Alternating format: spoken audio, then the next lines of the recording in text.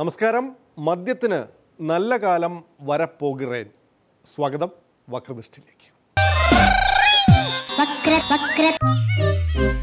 ഇടയ്ക്ക് വന്ന കണ്ടകശനിയൊക്കെ മാറി മദ്യത്തിന് നല്ല കാലമാണ് വരാൻ പോകുന്നത്. ദേശീയപാതയോരത്തെ മദ്യഷോപ്പുകൾ മാറ്റണമെന്ന സുപ്രീം കോടതി ഉത്തരവിന് സാങ്കേതികമായ ഇളവുകൾ മറ്റു കോടതികളിൽ നിന്ന് ബാർ ഉടമകൾ സംഘടിപ്പിക്കുന്നു. ഇവിടങ്ങളിൽ പൂട്ടിയ ഷാപ്പുകൾ സർക്കാരിനും തുറക്കാം. സർക്കാരിൻ്റെ പുതിയ മദ്യനയത്തെ ബാർ ഉടമകളും മദ്യപരും പ്രതീക്ഷയോടെയാണ് കാത്തിരിക്കുന്നത്. ബാറുകൾ തുറക്കാതെ വരില്ല, മദ്യം കിട്ടാതെയും വരില്ല. പോയ കാര്യം നടക്കോടാ. തല ടെൻഷൻ അടിക്കണ്ട. ഇനി ബഷീർക്ക് വിചാരിച്ചിട്ട് നടന്നില്ലെങ്കിൽ എന്റെ പരിചയത്തിൽ വേറെ ആളുണ്ട്. പടക്കം ഒരു കാര്യത്തിന് പോയാ ഇനി ഗുണ്ടായുസം കാണിച്ചിട്ടാണെങ്കിലും അത് നടത്തിയിട്ട് വരൂ. ഇനി കിട്ടാതിരിക്കോടാ. എന്റെ തലേ കിട്ടും.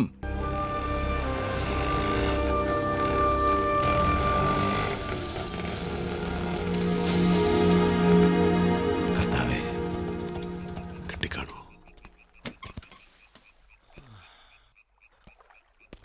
കിട്ടിയ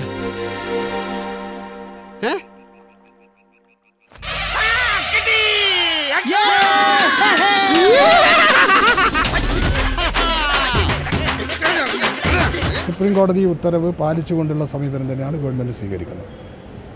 ഇപ്പോൾ ഹൈക്കോടതി ഒരു നിലപാടെടുത്തിട്ടുണ്ട് ഷോപ്പിൻ്റെ റോഡിൻ്റെ കാര്യത്തിൽ. കുറ്റിപ്പുറം മുതൽ കുറ്റിപ്പുറം, വെങ്ങളം, കണ്ണൂർ ഈ റോഡ് ദേശീയ പാതയുടെ ഡെഫിനിഷനിൽ വരുന്നില്ല എന്ന് കോടതി പറഞ്ഞിരിക്കുകയാണ്. ആയിരം ഷാപ്പുകൾ തുറക്കുന്നുണ്ട്. നീ അറിഞ്ഞോ, മേലെമാനത്ത് ആയിരം ഷാപ്പുകൾ തുറക്കുന്നുണ്ട്. ഇതിപ്പോൾ ദേശീയപാതകൾ കുറ്റിപ്പുറം മുതൽ കണ്ണൂർ വരെയും ചേർത്തല മുതൽ തിരുവനന്തപുരം വരെയുള്ള ദേശീയപാത അല്ല എന്നുള്ള ഹൈക്കോടതിയുടെ തീരുമാനത്തിനെതിരായി അപ്പീൽ കൊടുക്കാൻ ഗവൺമെൻറ് എന്തിനാണ് മടിക്കുന്നതെന്ന് എനിക്ക് മനസ്സിലാകുന്നില്ല. ഞങ്ങളെടുക്കുന്ന പ്രശ്നം കോടതി വിധിക്കനുസരിച്ച് നിയമവിധേയമായി പ്രവർത്തിക്കുക എന്നുള്ളൊരു നിലപാടാണ് ഗവൺമെൻറ്റിനുള്ളത്, എക്സൈസ് ഡിപ്പാർട്ട്മെൻറ്റിനുള്ളത്.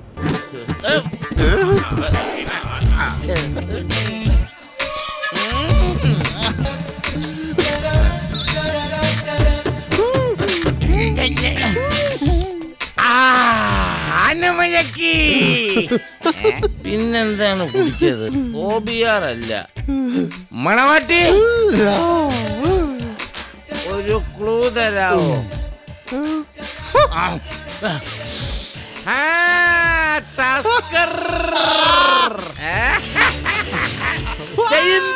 ജനങ്ങളെയാണ് കാണുന്നത് എങ്കിൽ സുപ്രീം കോടതി നേരത്തെ കൊണ്ടുവന്ന ആ ഓർഡറിനെ സപ്പോർട്ട് ചെയ്യാൻ വേണ്ടത്.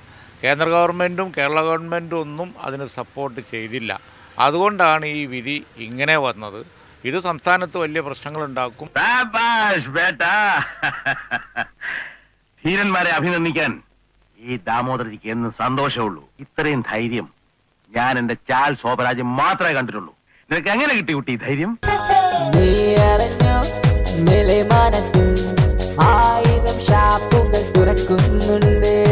നിങ്ങളൊന്ന് മനസ്സിലാക്കണം, മദ്യപാനി ഒരിക്കലും സ്വർഗരാജ്യത്തിൽ പ്രവേശിക്കുന്നില്ല. അവന്റെ സ്ഥാനം നരകത്തിന്റെ അടിത്തട്ടിലായിരിക്കും. എന്തായാലും ഞാൻ അവിടെ ഒറ്റയ്ക്കായിരിക്കില്ല. താനുണ്ടാവും എന്റെ കൂടെ. മദ്യവർജനം എന്നാണ് അവർ പറയുന്നത്. മദ്യവർജിക്കുക, അതാണ് ഞങ്ങളുടെ നിലപാട്. മദ്യം കൊടുത്ത് കുടിപ്പിച്ച് മയക്കി കിടത്തിയിട്ട് പിന്നെ എങ്ങനെ വർജനം നടപ്പിലാക്കാൻ സാധിക്കും? അങ്ങനെ അതുകൊണ്ട് അത് പ്രായോഗിക രഹിതമായ, ഒട്ടും പ്രായോഗികമല്ലാത്ത ഒരു നിലപാടാണ് ഈ സർക്കാർ സ്വീകരിക്കുന്നത്. ഞങ്ങൾ കിട്ടിയിട്ടുള്ള ഉപദേശത്തിൽ അത് പെടുന്നില്ല. അപ്പോൾ നിയമപരമായ ഉപദേശത്തിന്റെ അടിസ്ഥാനത്തിലാണ് ഗവൺമെന്റ് പ്രവർത്തിക്കുന്നത്. എന്റെ മുന്തിരി കള്ളേ, നീ ആരാ എന്റെ മരുമകൻ? ലോകത്ത് ഇതുപോലെ അമ്മയ്യപ്പന്റെ മരുമോനെ ഇനി ഒത്തുകിട്ട. 123 പ്രസംഗ കേസിന് പിന്നാലെ അടിമാലിയിലെ വിവാദ പ്രസംഗം സംബന്ധിച്ച കേസിൽ നിന്നും MM മണിക്ക് വിടുതൽ. പ്രസംഗത്തിനെതിരായി ഹർജി ഹൈക്കോടതി തള്ളിയത് പക്ഷേ ആശാന് സ്വഭാവ സർട്ടിഫിക്കറ്റ് നൽകിക്കൊണ്ടൊന്നുമല്ല. എന്തായാലും കോടതിയും കേസിൽ നിന്നും ഊരിയ മണിയാശാനാണ് ഇനി വരുന്നത്.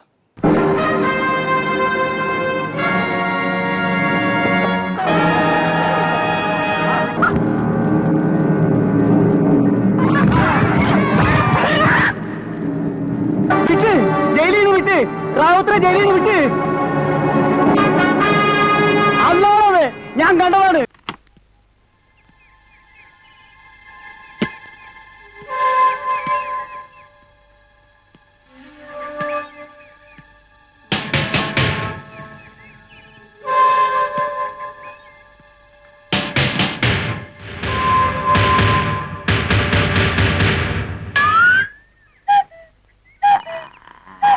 വളരെ സന്തോഷമുണ്ട്. സത്യം ജയിച്ചു. കോടതി വിധി ഇപ്പോൾ ഹൈക്കോടതിയിൽ നിന്ന് വക്കീലന്മാരെന്നെ വിളിച്ച് അറിയിച്ചിരുന്നു. വളരെ സന്തോഷമുണ്ട്. ഞാൻ നിരപരാധിയാണെന്ന് തെളിഞ്ഞു. അതുകൊണ്ട് അങ്ങേയറ്റത്തെ സന്തോഷമാണ്. എന്നെ മോശക്കാരനാക്കി നാട് കടത്താനുള്ള നിന്റെ മോഹം ചീറ്റിപ്പോയി എന്ന് പറയാം. എന്നെ തോൽപ്പിക്കാനുള്ള നിന്റെ എല്ലാ ശ്രമവും ഞാൻ പരാജയപ്പെടുത്തും. അതിങ്ങനെയൊക്കെ ചിലത് വരും. അതൊക്കെ എൻ്റെ വഴിക്കങ്ങ് പോവും. അതാ ഇനിയിപ്പം വാർത്ത കൊടുത്തെന്നും പറഞ്ഞ് പുതിയ കേസിന് ഞാനില്ല.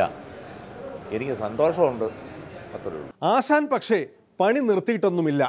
ഉമ്മൻചാണ്ടിയുടെ ഭരണകാലത്തെക്കുറിച്ച് നാട്ടുഭാഷയിൽ ഇതാ ആശാന്റെ ആശയഗംഭീര പ്രസംഗം. എന്നെ തോൽപ്പിക്കാനുള്ള നിന്റെ എല്ലാ ശ്രമവും ഞാൻ പരാജയപ്പെടുത്തും. നീ ഇവിടെ സുഖിച്ച് ജീവിക്കാതിരിക്കാൻ വേണ്ടി ഞാൻ മരിക്കാൻ വരെ തയ്യാറായിട്ടാണ് വന്നിരിക്കുന്നത്. അപ്പുകുട്ടൻ പറഞ്ഞതുപോലെ ചെയ്യുന്നവൻ. അറിയാം, ഞാൻ കേട്ടിട്ടുണ്ട്. ഊശിയാക്കാതെ വാശിയോടാണ് പറയുന്നത്. മുഖ്യമന്ത്രിയുടെ ഓഫീസിലായിരുന്നു പണി. ക്യാമറയെല്ലാം ഓഫാക്കി വെച്ചു. ജോപ്പനും ടീപ്പനും കോപ്പനും എല്ലാം കൂടെ കൂടി അവിടെ ഇല്ലേ. ഞാൻ ചുമ്മാ പറയുകയാണോ? നിങ്ങൾ ഈ കോൺഗ്രസുകാരോട് ചോദിക്കണം, മുഖത്ത് നോക്കി പറയണത് എന്താ? ക്ലിപ്പേഴ്സിൽ പോലും ഇടപാട്. മുഖ്യമന്ത്രി താമസിക്കുന്നിടത്ത് ഓരോ താമസിക്കാൻ വേണ്ട എന്റെ കോൺഗ്രസുകാരാ. പിണറായി വിജയൻ ഇത് വേറെ ആളാ. ഞാൻ എന്തുവാടാ ഈ കേൾക്കുന്നേ? എന്നാ ബാക്കിയും കൂടെ കേട്ടോ. എന്ന് പറഞ്ഞ ഇപ്പൊ തെറിയല്ല, അശ്ലീലമല്ല, വൈദ്യുതി ഉണ്ടാക്കാനുള്ള ഒരു മാർഗമെന്നാണ്. പണ്ട് അങ്ങനെയല്ല. സോളാർ എന്ന് പറഞ്ഞ വ്യഭിചാരമെന്നായിരുന്നു അർത്ഥം. നീ ഇത് കണ്ടോടെ? കണ്ടു. പിന്നെ എന്തോടെ നോക്കിക്കൊണ്ടിരിക്കുന്നത്? വിളിച്ചോണ്ട് ഇറങ്ങണേ. ഞാൻ ചുമ്മാ പറയാണ്. ഞാൻ ഈ പരിവ് ഉണ്ടാക്കിയാൽ പിന്നെ പറയാതിരിക്കുന്ന എങ്ങനെ? ഊശിയാക്കാതെ വാശിയോടാണ് പറയുന്നത്.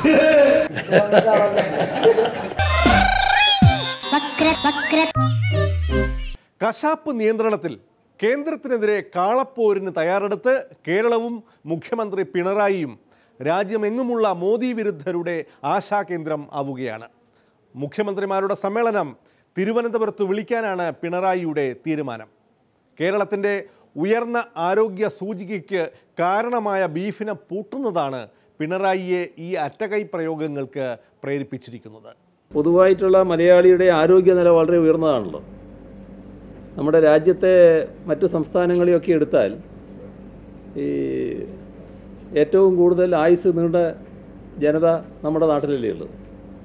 അതിനൊരു ഘടകം നമ്മുടെ മലയാളിയുടെ ഭക്ഷണ രീതിയാണ്.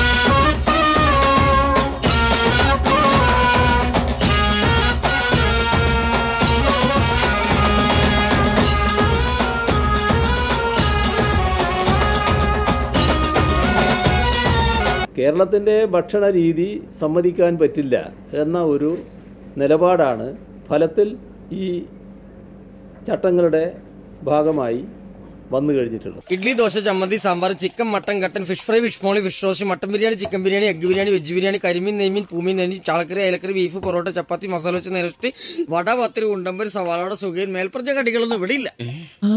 നമ്മുടെ കേരളത്തിൽ ഈ ഗോമാതാവ് എന്ന് പറഞ്ഞ് നടക്കുന്നവർ ആരെങ്കിലും പിന്നെ മാതാവിനെ അങ്ങനെ പുറമെ സംരക്ഷിക്കുന്നുണ്ടോ? അവരവരുടെ വീട്ടിൽ ഒരു പശുവിനെ പിന്നെ പാല് വേണ്ട ആവശ്യത്തിന് പോറ്റുന്നുണ്ടാവും. അല്ലാത്ത ആരെങ്കിലും മാതാവിനെ കൊണ്ടുവന്ന് സംരക്ഷിക്കാൻ തയ്യാറാകുന്നുണ്ടോ? എൻ്റെ മാതാവായത് എന്ന് പറഞ്ഞ് സംരക്ഷിക്കാൻ തയ്യാറാകുന്നുണ്ടോ? സുന്ദരി സുന്ദരി പാട്ട് പാടിയിട്ടാണോടാ എരുമയെ കറക്കുന്നത്? കറക്കുന്നത് എരുമയെ അല്ലല്ലോ, പിന്നെ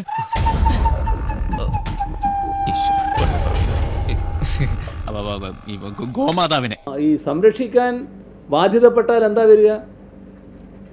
കൃഷിക്കാരെങ്കിലും പിന്നെ ഇതിനെ പോറ്റാൻ നിൽക്കും.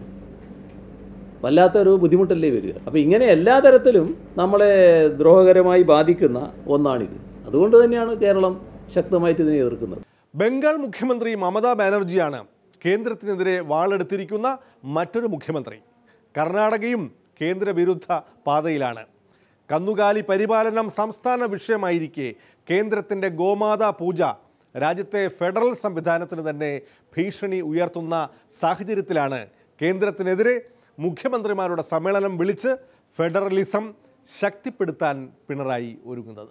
നമ്മുടെ രാജ്യത്തെ ഫെഡറൽ തത്വങ്ങളെ ഹനിക്കുന്ന ഒന്നാണിത്. ഇത്തരമൊരു കാര്യത്തിൽ രാജ്യത്തിൻ്റെ പൊതു അഭിപ്രായം സ്വരൂപിക്കുന്നതിനായി മുഖ്യമന്ത്രിമാരുടെ യോഗം വിളിക്കേണ്ടതാണ് എന്നും പൊതുവിൽ മന്ത്രിസഭ തീരുമാനിച്ചിട്ടുണ്ട്. ബാലരാമനാ? അതെ, ഞാൻ ബാലരാമനാ. ആ, നീ ഇവിടെ വഴി പറഞ്ഞല്ലോ. ഒരാഴ്ച പെട്ടെന്ന് വരണം. ഇതാ വരുന്നു, ഉടനെ വരാം. സാമേട്ടിനെ വിളിക്കട്ടെ അച്ഛാ? വേണ്ട, നീ അവനെയും കൂട്ടി പെട്ടെന്ന് ഇങ്ങോട്ട് വന്നാ മതി. വന്നേക്കാ, ഉടനെ വന്നേക്കാം. അതല്ലടാ, ഇവിടെ വന്നിട്ട് വേറെ കാര്യമുണ്ടെന്ന്. ആണോ? എങ്കിൽ ഞാൻ അവിടെ എത്തി. വീട്ടിലൊരു അപകടം വന്നാൽ കൊല്ലനും കൊല്ലത്തിയും ഒന്നിക്കാതെ എങ്ങനെ? പ്രതിപക്ഷത്തിൻ്റെ സഹകരണത്തോടെ പ്രത്യേക നിയമസഭാ സമ്മേളനം വിളിക്കാനാണ് പരിപാടി. നോട്ട് നിരോധനത്തിൽ തല്ലിപ്പിരിഞ്ഞതുപോലെ സംഭവിക്കാതിരുന്നാൽ മതി. ഓ മാണിക്ക, തമ്പ്രാൻ ചേട്ടാ, എന്താടാ ഇത്രയും താമസിച്ചത്? ആളുകൾക്ക് പഴയതുപോലുള്ള പിക്കപ്പില്ല, പഴയതുപോലുള്ള പിക്കപ്പില്ല എന്ന് പറയായിരുന്നു. ഞാൻ പറയുന്നത് മോൻ അങ്ങോട്ട് കേട്ടോണ്ടാ മതി. പ്രതിപക്ഷ നേതാവുമായൊക്കെ ആലോചിച്ചുകൊണ്ട് പ്രത്യേക നിയമസഭാ യോഗം വിളിക്കുന്ന കാര്യവും ആലോചിക്കണം എന്നും കണ്ടിട്ടുണ്ട്. ഇന്ന് കന്നുകാലികളെ വിൽക്കാനോ കന്നുകാലികളെ മാംസത്തിന് വേണ്ടി ഉപയോഗിക്കാനോ കഴിയാത്ത ഒരവസ്ഥ നമ്മുടെ രാജ്യത്ത് നിലവിൽ വന്നിരിക്കുകയാണ്. ഈ സാഹചര്യം ഉണ്ടാക്കിയിട്ടുള്ള പ്രശ്നങ്ങൾ വളരെ ഗുരുതരമാണ്. അതുകൊണ്ട് തന്നെ ഗവൺമെൻറ് അത്തരമൊരു നിയമവുമായി മുന്നോട്ട് വന്നാൽ പ്രതിപക്ഷം അതുമായി സഹകരിക്കും. 97, 98, 99, 99, 100. ഞാൻ തന്നെ മുഖ്യമന്ത്രിയുമായി ഈ കാര്യം സംസാരിച്ചിരുന്നു. നിയമസഭ വിളിച്ചുകൂട്ടണമെന്നുള്ള ആവശ്യം ഞങ്ങൾക്കുണ്ട്. നിയമസഭ വിളിച്ചുകൂട്ടാനുള്ള ഗവൺമെൻറ് തീരുമാനത്തെ സ്വാഗതം ചെയ്യുന്നു. നിയമസഭ വിളിച്ചുകൂട്ടിയാൽ അത്തരമൊരു നിയമനിർമ്മാണം അവതരിപ്പിക്കുമ്പോൾ അതിനെ പൂർണ്ണമായി പ്രതിപക്ഷം പിന്തുണയ്ക്കുന്നതാണ്. നമുക്ക് എത്ര കാളയുണ്ട്? നമുക്ക് 52, 53, 55. 55 കാളയും ഒരു കാളയ്ക്ക് 4 തൊട്ടി വെള്ളം വെച്ച് കിണറ്റിന്ന് കോരി വൈകുന്നതിന് മുമ്പ് കുളിപ്പിച്ച് തീർക്കണം. എന്നിട്ട് എന്നെ ഒന്ന് കാണും. കേരളത്തിൽ ഇപ്പോൾ നടക്കുന്നത് ജീവകാരുണിക രാഷ്ട്രീയവും കശാപ്പ് രാഷ്ട്രീയവും തമ്മിലുള്ള സംഘർഷമാണ്, ഏറ്റുമുട്ടലാണ്. അഹിംസാ രാഷ്ട്രീയവും ഹിംസാത്മക രാഷ്ട്രീയവും തമ്മിലുള്ള ഏറ്റുമുട്ടലാണ്.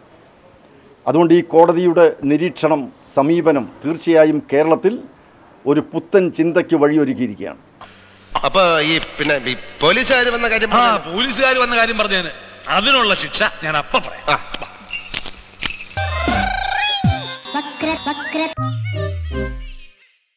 വക്രദൃഷ്ടിയിൽ ഒരു ഇടവേള. ചോദിച്ചു പോയ MLA കൃത്യമായിട്ട് കാറ് ഈ സ്റ്റേജിന്റെ അവിടേക്ക് അങ്ങ് എടുത്തു. ഈ വീട് കണ്ടിട്ട് ഒരു തഹസിൽദാരുടെ വീട് പോലെ തോന്നുന്നില്ല.